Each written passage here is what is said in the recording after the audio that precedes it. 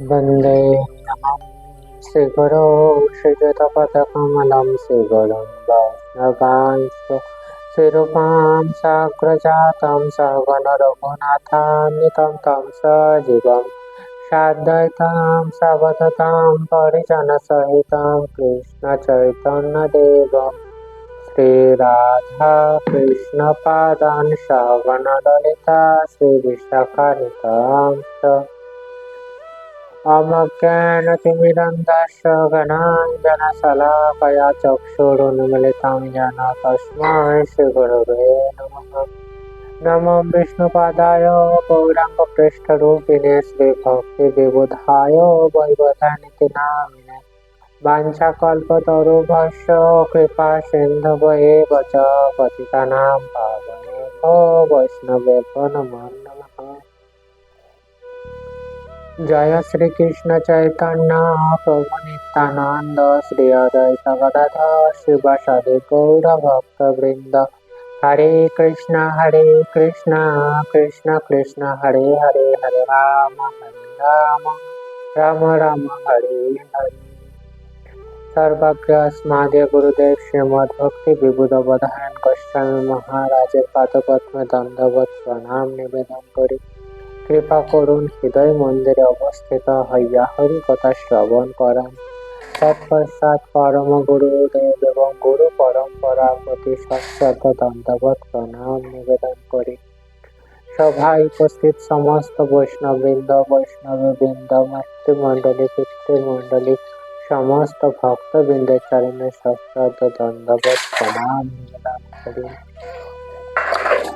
আজ আমরা শ্রীমদ্ ভগবদ গীতা ত্রয়োদশ অধ্যায় থেকে শ্রবণ করব। এই অধ্যায়ের নাম হচ্ছে প্রকৃতি পুরুষ যোগ। তো আজ আমরা এই অধ্যায়ের পঞ্চমতম শ্লোক শ্রবণ করব। এই শ্লোকে ভগবান শ্রীকৃষ্ণ কি বলেছেন সেটি সম্পর্কে আজ আমরা শ্রবণ করব। তো ভগবান শ্রীকৃষ্ণ কি বলছেন? ऋषिभिर्बहुधा गीतं छन्दोभिर्विविधैः पृथक् ब्रह्मसूत्रपदश्चैव हेतुमद्भिर्विनिश्चितैः।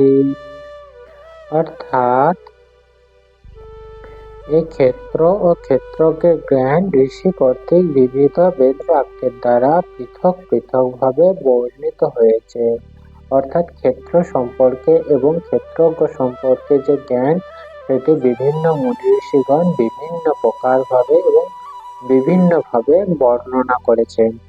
বেদান্ত সূত্রে তা বিশদভাবে যুক্তিযুক্ত সিদ্ধান্ত সহকারে বর্ণিত রয়েছে।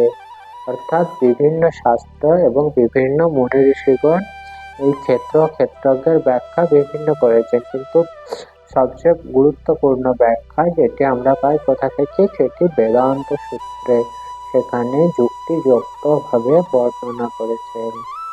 তো ভগবান শ্রীকৃষ্ণকে সমস্ত কিছুর উৎস, তিনি হচ্ছে সমস্ত জ্ঞানের বা সমস্ত তত্ত্বের হচ্ছে মূল কেন্দ্রবিন্দু।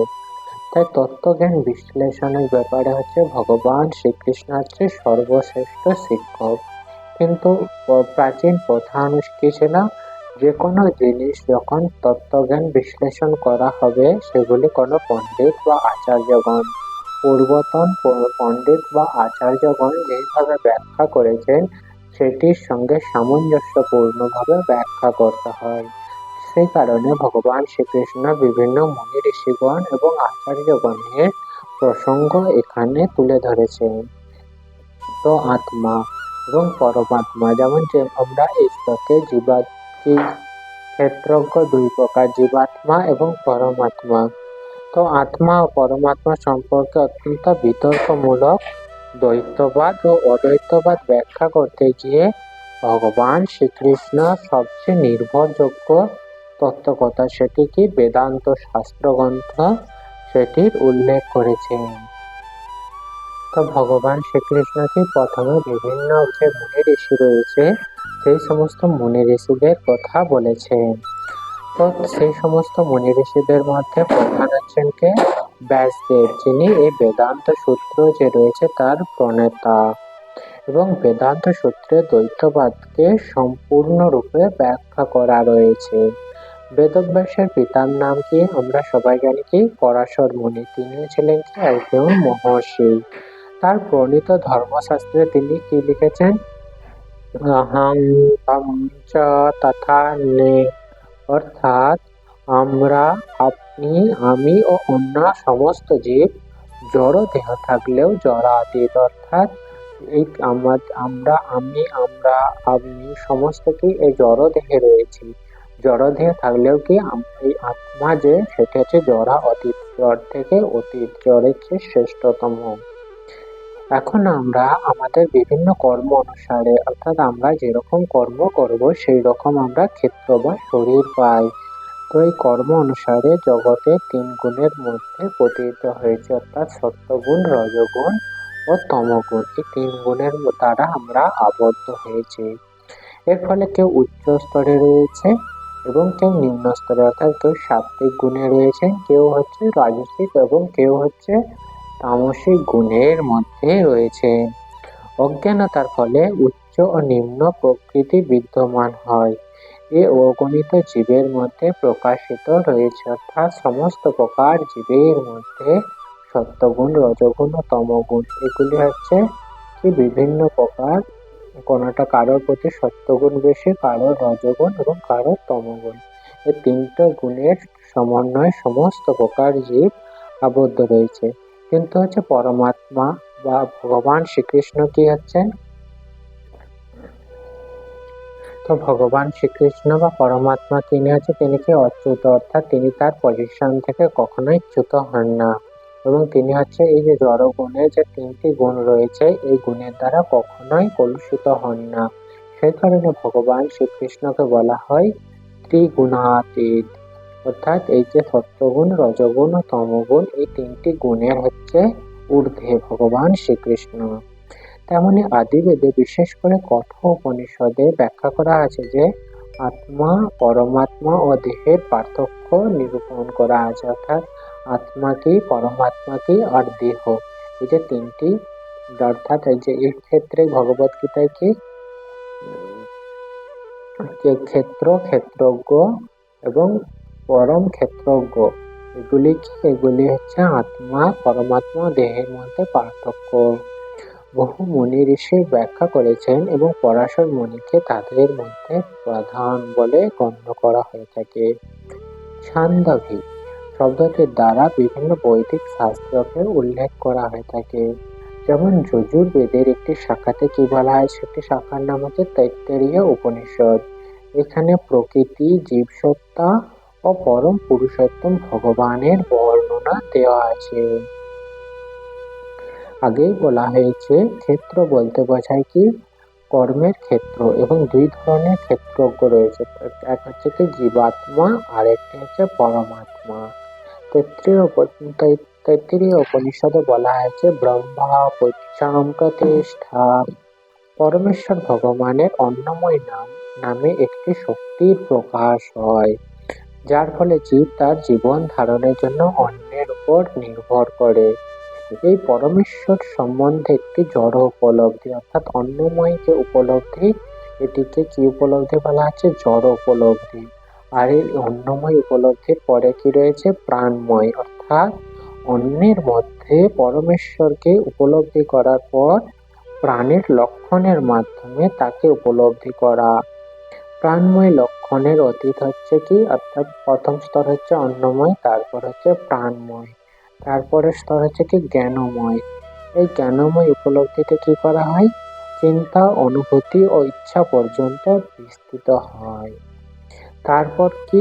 তারপর হচ্ছে ব্রহ্ম উপলব্ধি। সেই ব্রহ্ম উপলব্ধিকে কি বলা হয়? বিজ্ঞানময়, যার ফলে জীবের মন ও প্রাণের লক্ষণগুলি থেকে জীবকে স্বতন্ত্র, অর্থাৎ জীব কি, যে জীবের যে মন ও প্রাণ রয়েছে এগুলি থেকে জীব হচ্ছে কি স্বতন্ত্র। এই প্রকার উপলব্ধিকে বলা হচ্ছে ব্রহ্ম উপলব্ধি। এবং তার পরম স্তর হচ্ছে আনন্দময়, অর্থাৎ সর্ব আনন্দময় প্রকৃতির উপলব্ধি, অর্থাৎ আত্মার যে স্বভাব সর্বদা আনন্দময়, সেই প্রকার উপলব্ধি হচ্ছে পরম আনন্দময় উপলব্ধি। ব্রহ্ম উপলব্ধি হচ্ছে তাহলে কি আমরা এই যে 5টি স্তর, এই 5টি স্তরকে একত্রে কি বলা হয়? ব্রহ্ম পুচ্ছম। এর মধ্যে প্রথম তিনটি কি অন্নময় উপলব্ধি, প্রাণময় উপলব্ধি এবং জ্ঞানময়, এগুলি কি জীবের কর্মক্ষেত্রের সঙ্গে সংশ্লিষ্ট। সেই সমস্ত কর্মক্ষেত্রের ঊর্ধ্বে হচ্ছে, অর্থাৎ এই কর্মক্ষেত্রের ঊর্ধ্বে কি পরমেশ্বর ভগবানকে বলা হয়েছে আনন্দময় ভাষাৎ, অর্থাৎ পরমেশ্বর ভগবান স্বভাবতই হচ্ছে আনন্দময়। ভগবান শ্রীকৃষ্ণ হচ্ছে সর্বদা আনন্দময়, আর ভগবানের অংশ বিশেষ রূপে আমরা জীবাত্মাও কি আমাদেরও স্বভাব হচ্ছে আনন্দময় সর্বদাই। তার সেই দিব্য আনন্দ উপভোগ করার জন্য তিনি নিজে বিজ্ঞানময়, প্রাণময় ও জ্ঞানময় ও অন্নময় রূপে প্রকাশিত হয়। অর্থাৎ ভগবানের স্বভাব কি আনন্দময়। এই আনন্দময় স্বভাব তিনি নিজে কি করছেন, ভগবান শ্রীকৃষ্ণ সেই দিব্য আনন্দ উপভোগ করার জন্য তিনি নিজে প্রথমে কি বিজ্ঞানময়, প্রাণময়, জ্ঞানময় এবং অন্নময় রূপে ভগবান শ্রীকৃষ্ণ প্রকাশিত হয়ে থাকেন। কর্ম করার এই ক্ষেত্রে জীবকে ভোক্তা বলে মনে করা হয় এবং আনন্দময় হচ্ছে তার থেকে ভিন্ন। অর্থাৎ কি, অর্থাৎ জীব যদি আনন্দময়ের সেবায় ব্রতী হয়ে তার সঙ্গে যুক্ত হয়ে আনন্দ লাভের প্রয়াসী হয়, তাহলেই তার অস্তিত্ব সার্থক হয়ে থাকে। অর্থাৎ জীব জীবাত্মা যদি আনন্দময় বা ভগবানের সেবায় যদি নিজেকে ব্রতী করে, তাহলে কি হবে, আনন্দ লাভের প্রয়াসী হয়ে থাকবে এবং চির আনন্দ লাভ করবে। এবং তাহলে কি জীবের অস্তিত্ব, এই জড়জগতে যে অস্তিত্ব, সেটি হবে সার্থক। পরম ক্ষেত্রজ্ঞ রূপে জীবের অধস্তন ক্ষেত্ররূপে এবং কর্মক্ষেত্রের প্রকৃতি রূপে পরমেশ্বর ভগবানের এই হচ্ছে প্রকৃত আলেখ্য। এই তত্ত্ব হৃদয়ঙ্গমন করার জন্য বেদান্ত সূত্র বা ব্রহ্মসূত্রের অভ্যন্তরে প্রবেশ করা হয়। অর্থাৎ এই যে তত্ত্ব কথা, এটি হচ্ছে অত্যন্ত জটিল তত্ত্ব। এই তত্ত্ব যদি আমরা বোঝার চেষ্টা করি, আমাদের কি অধ্যয়ন করতে হবে, বেদান্ত সূত্র কিংবা ব্রহ্মসূত্রের অভ্যন্তরে, অর্থাৎ সেগুলি আমাদের অতি ভালো, অত্যন্ত গুরুত্ব সহকারে সেগুলো আমাদের অধ্যয়ন করতে হবে, তবেই আমরা এই জটিল তত্ত্ব বুঝতে পারব। এখানে উল্লেখ করা হয়েছে যে ব্রহ্মসূত্রের অনুশাসনগুলি কার্য কারণ অনুসারে অতি সুচারুভাবে সাজানো আছে। কতকগুলি সূত্র আছে কি, না বিয়াতশ্রুতেঃ, নাত্মাশ্রুতেঃ এবং পরার্থশ্রুতেঃ। অর্থাৎ প্রথম সূত্রটি কর্মক্ষেত্রের কথা বলা হয়েছে, দ্বিতীয়টিতে জীব সত্তার কথা বলা হয়েছে এবং তৃতীয়টিতে বিবিধ সত্তার সকল প্রকার অভিপ্রকাশের আশ্রয় পরমেশ্বর ভগবান সম্পর্কে বলা হয়েছে। তো এখানে শ্রীমদ্ ভগবত গীতা পাঠের বিশ্রাম। এরপর আমরা শ্রীমদ্ ভগবত গীতার মহত্ব শ্রবণ করব। মলিনে মচনাম পুংসাম জলস্নানম দিনে দিনে শক্তির গীতামৃত স্নানাম সংসার মলনাশনাম।